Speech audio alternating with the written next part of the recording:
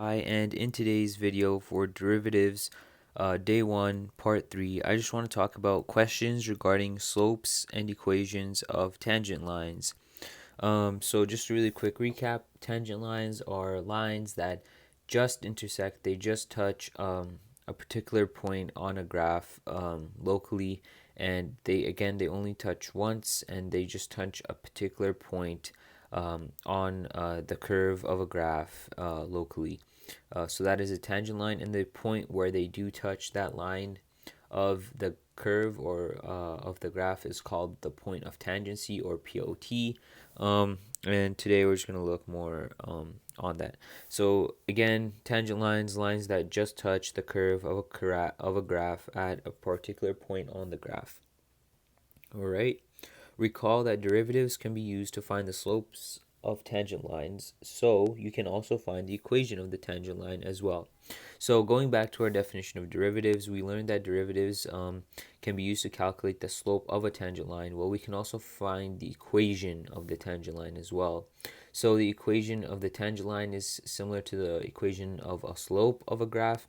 It tells us various information, but instead of about the slope, it's about the tangent line. So today we're going to learn more about that, and that's pretty much it for today's video. So the formula for equation of a tangent line, and you might have learned this earlier, is y minus y1 is equal to m in brackets x minus x1. All right. So here m represents the slope. And it's not just the slope of the graph, it's the slope of the tangent line, which we can get if we find the derivative slope of tangent line. So over here, let me just put that over there.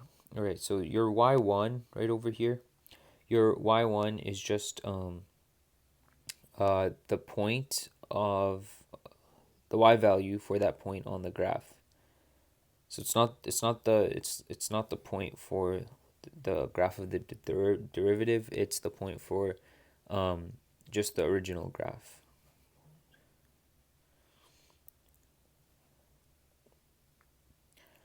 All right, and right over here as well, your x1, that is also representative of your x value point for the original graph. So your x1 and your y1, they're just points for the graph, right? And so it's a fairly simple formula. Y minus y1 is equal to m in brackets x minus x1. Y and x, these ones right here, they don't change. They just remain as y and x, right? And that's pretty much it. So let me just show you an example so you understand what I'm on about. So for the function y is equal to x squared plus 1, find first the derivative, then find the derivative at the particular point of x is equal to 3.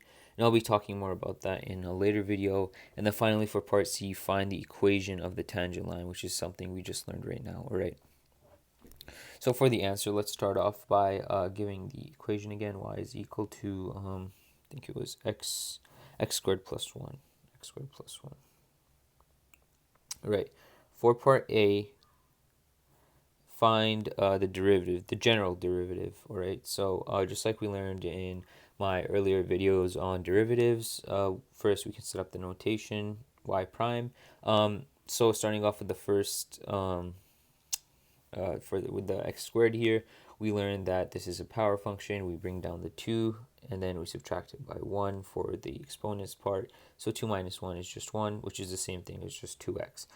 Moving on to this part, of course, this is also an addition, so you can also remember that for your from your sum or subtraction of functions that we also did earlier. But since this is a constant, it's under the differentiation rules that the derivative of a constant is just 0. So it's 2x plus 0. In other words, y prime is just equal to 2x. So that's actually a fairly simple derivative and a very simple process to get that answer as well. Now for part B, figure out the one we just figured out, 2x, that's just the general derivative.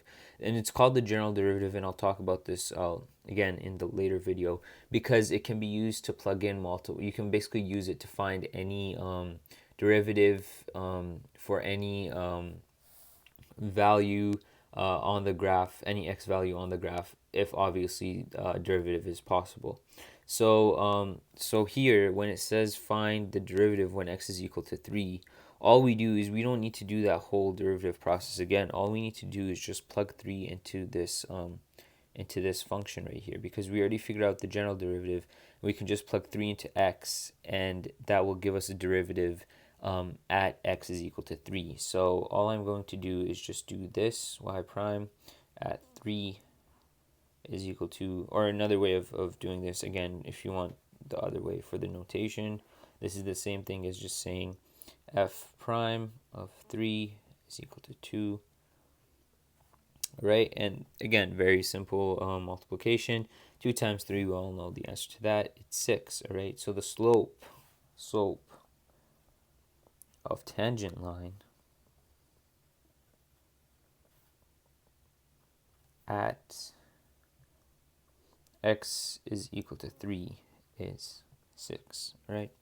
Right, and now moving on to the, I guess, question we were just looking at, and the topic we are actually looking at right now is find the equation of the tangent line at x is equal to 3. Right, so let me start off, I'm going to leave this page. Let me start off by saying, let me remind you guys of the formula. So it's y minus y1, okay, equals m, and then x minus x1, right? Now let's see what we already have and what we don't have, right? So that's the first thing to problem solving. Look at what you have already and what you need to find, right? So we know x on the original graph and also on the derivative graph, because it doesn't change. The x value is 3. Okay, we know that. I'm just going to make a better 3 here. All right. We do not know the y value when x is equal to 3, right? So that is something we still don't know. And by the way, I just remembered this x, I'm gonna call it x1, because it's part of because it's the coordinates for the point, and they'll go under x1 and y1 right here. So y1, we don't know that. We don't know the y value when x is equal to 3, right? And how about the slope? Well, we just figured that out. The slope, or m is commonly used to define slope, is 6. We just figured that out. The slope of the tangent line at x is equal to 3 is 6. So m is equal to 6. And like I said earlier, y and x are meant to be left. We don't need, there are no values that we need to find for y and x. We just leave them as y and x. And the reason for this is that because they just represent the x-axis and the y-axis, and we actually need them in order to find to get our final equation of the tangent line. So we don't need to find any values for these two. So I guess I can just say n/a non-applicable. Okay, there we go. And so all we need to find is y1 in order to get our equation of the tangent line. And this is where you need to pay very close attention. To figure out the original y value, we need to plug it into the original function. We do not plug in x is equal to 3 into the derivative function to find the y value, because that's not the y value. That's the y value for the derivative. That's the y value for the graph of the derivative, not the graph of the original. We are trying to find the original y value for the original graph. So we are actually going to plug in x is equal to 3 into this function, because this equation is the original. This is the original function. We're trying to find the y value for the original function, not the new function. If you plug 3 into here, you're going to get 6, which is actually our slope, not the y value. So pay very close attention to that point. So let me just write that. Our original function is x squared plus 1. We're going to plug in 3 here. Should not be too hard. 3 squared is 9, plus 1 is 10. Y is equal to 10. So we actually know that y is equal to 10. Let me just erase this here to give me some room. Actually, I'm going to keep it 10. I think I have enough room. All right, so all I'm going to do now, since I have everything, I'm just going to plug it in. Y minus 10, because y1 is 10, is equal to 6, because we just found out that m is 6. And x stays x, minus x1 is 3. All right. And now it's very simple from here. We just isolate y. Technically, you can leave it. It's not wrong, but usually we just like to isolate y so that it's kind of so that y is all by itself and represents the function value or the function. So, so I'm going to move this 10 to the other side. So now it's just algebra, and I'm going to expand this 6 into into this bracket. So 6x minus 18, since 6 times negative 3 is negative 18. This negative 10, obviously basic algebra, when it goes to the other side, it becomes positive 10. I can simplify this further. 6x, negative 18 plus 10 is negative 8. So the equation of the tangent line is y is equal to 6x minus 8. And that is the answer to finding the tangent line, and it's the example to finding a tangent line as well. And that's it for today's video. Just wanted to share with you guys this portion as well, because these questions are very popular in calculus. You might not learn about them directly in your notes, but they will definitely pop up. So it's very helpful to know this feature, because again, derivatives has huge connection to tangent lines, and finding equations of tangent lines is also a huge portion in the derivatives unit. So I just thought this would be helpful for you guys to know in the future. And yeah, thank you so much for tuning in to another video of pi. And remember, please remember, check out my website. It's linked in the description. It has it's free, first of all. It has full notes to everything in full detail. It has extra practice problems with varying levels of difficulty, so you have easy, intermediate, and then hard to test your knowledge. And it also comes with solutions with full answers shown, so full work shown. So if you don't understand something, there's steps.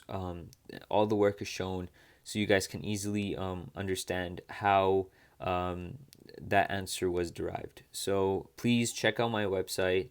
Again, its link is in the description.